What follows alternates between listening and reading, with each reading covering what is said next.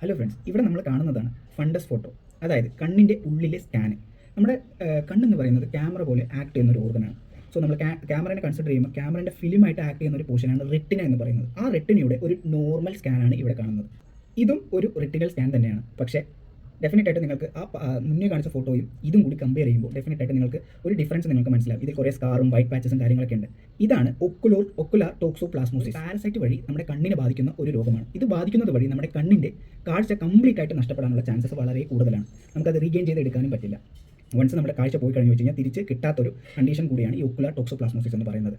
So ഈ ocular toxoplasmosis വരുന്നത് ടോക്സ്മോപ്ലാസ്മോ gondii എന്ന പാരസൈറ്റ് വഴിയാണ്. ഇതിൻ്റെ മെയിൻ സോഴ്സ് എന്ന് പറഞ്ഞാൽ നമ്മുടെ വീട്ടിൽ നമ്മുടെ ഒരു കുടുംബാംഗത്തെ പോലെ വളർത്തുന്ന ഒരു ക്യാറ്റിൻ്റെ ഫീസസ് വഴിയാണ് ഇത് പകരുന്നത്. സോ ക്യാറ്റിൻ്റെ ഫീസസ് വഴി എങ്ങനെ പകരുന്നത് ചോദിച്ചു കഴിഞ്ഞാൽ വൺസ് ക്യാറ്റ് നമ്മുടെ മുറ്റത്തോ അല്ലെങ്കിൽ തൊട്ടടുത്തോ ഏതെങ്കിലും ഒരു മണ്ണിൽ പോയിട്ട് എക്സ്ക്രീഷൻ ചെയ്ത് കഴിഞ്ഞാൽ ആ സോയിൽ വഴി നമ്മൾ ആ സോയിൽ വൃത്തിയാക്കാൻ അവിടെ പോയി മുറ്റടിക്കാൻ എന്തെങ്കിലും ചെയ്യുമ്പോൾ സോയിലിനെ കോൺടാക്ട് ചെയ്യുമ്പോൾ ആ സോയിൽ നിന്ന് നമ്മുടെ കയ്യിലേക്ക് ആ പാരസൈറ്റ് വരികയും നമ്മൾ ഹാൻഡ് വാഷ് ചെയ്യാതെ ഡയറക്റ്റായിട്ടോ ഇൻഡയറക്റ്റായിട്ടോ നമ്മുടെ മൗത്തിലേക്ക് നമ്മൾ എന്തെങ്കിലും കഴിക്കാൻ എന്തെങ്കിലും ചെയ്യാൻ വേണ്ടി മൗത്തിലേക്ക് ഡയറക്റ്റ് കോൺടാക്ട് ചെയ്യുമ്പോൾ ആ പാരസൈറ്റ് നമ്മുടെ മൗത്ത് വഴി ബോഡിയിലേക്ക് എൻ്റർ ചെയ്തിട്ടാണ് ഈ ഒക്കുലാർ ടോക്സ്മോപ്ലാസ്മോസിസ് എന്നിട്ടുള്ള ഒരു ഐ കണ്ടീഷൻ നമുക്ക് വരുന്നത്.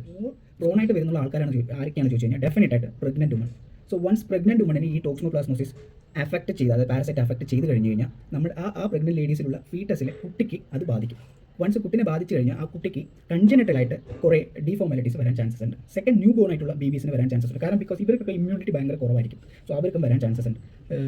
ദെൻ മണ്ണിൽ കളിക്കുന്ന കുട്ടികൾക്ക് വരാൻ ചാൻസസ് ഉണ്ട്. അതുകൂടാതെ തന്നെ ഇമ്മ്യൂണിറ്റി ഭയങ്കര കുറവായിട്ടുള്ള ആൾക്കാരിലും ഇത് വരും. ഫോർ എക്സാമ്പിൾ HIV പേഷ്യൻസിന് വരാൻ ചാൻസസ് ഉണ്ട്.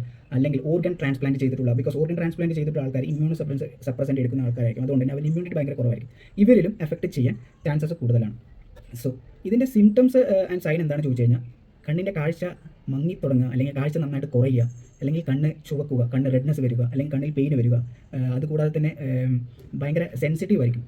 ലൈറ്റിലേക്ക് നോക്കുമ്പോൾ കണ്ണ് ഭയങ്കര സെൻസിറ്റീവ് ആയിരിക്കും. ഫോട്ടോഫോബിയ എന്ന് പറയും അതിന്, സെൻസിറ്റീവ് ടു ലൈറ്റ്.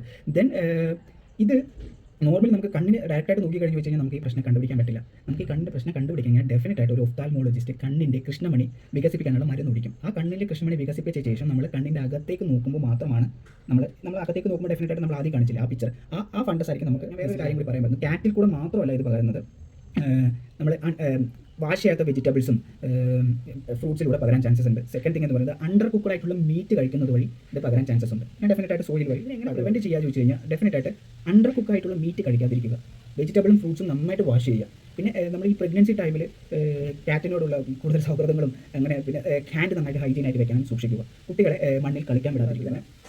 മെയിനായിട്ട് ഹാൻഡിൻ്റെ ഹൈജീൻ നന്നായിട്ട് മെയിൻറ്റെയിൻ ചെയ്താൽ തന്നെ നമുക്ക് ഈ സാധനം പ്രിവെൻറ്റ് ചെയ്യാൻ പറ്റും.